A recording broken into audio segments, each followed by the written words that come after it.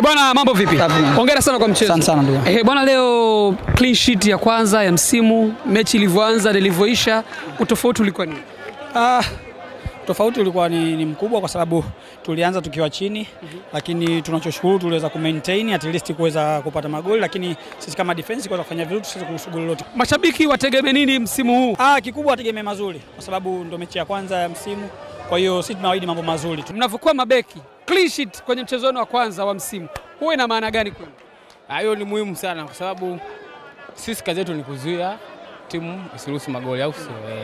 Hilo ni jukumu la kwanza kama mabeki, umeona. Alafu kazi nyingine tunawaachia mafuadi wetu, na ukiangalia safu yetu ya ushambuliaji iko vizuri. Kwa hiyo kama wao wanaweza kufanya vizuri na kuweza kupata magoli huko mbele, sasa sisi ni jukumu letu kuhakikisha haturuhusu goli ni kwetu, na hiyo inatupa confidence kama mabeki kuelekea katika michezo mingine, kwa sababu ukikutana na timu ambayo hairuhusu magoli sana, inakuwa uhakika tayari unakuepo wa kupata point. Alafu swala lingine la kushambulia tunawaachia washambuliaji. Kwa hiyo wakifanya kazi yao, sisi pia lazima tufanye kazi yetu. Huwa wakipandaga wao maana kushambuliaga sana, ili tusivuje huku nyuma. Huwa unafanya kazi gani hasa kwa mabeki wako pembeni?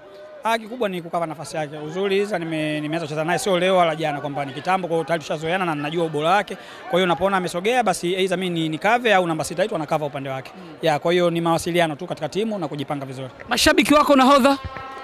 Kikubwa kwanza tunawashukuru kwa sababu wameendelea kutupa support na tunawaahidi mazuri katika msimu huu. Tunaenda kujipanga na tunachoamini katika michezo inayokuja tutafanya vizuri. Tunawaomba waendelee kutusupport.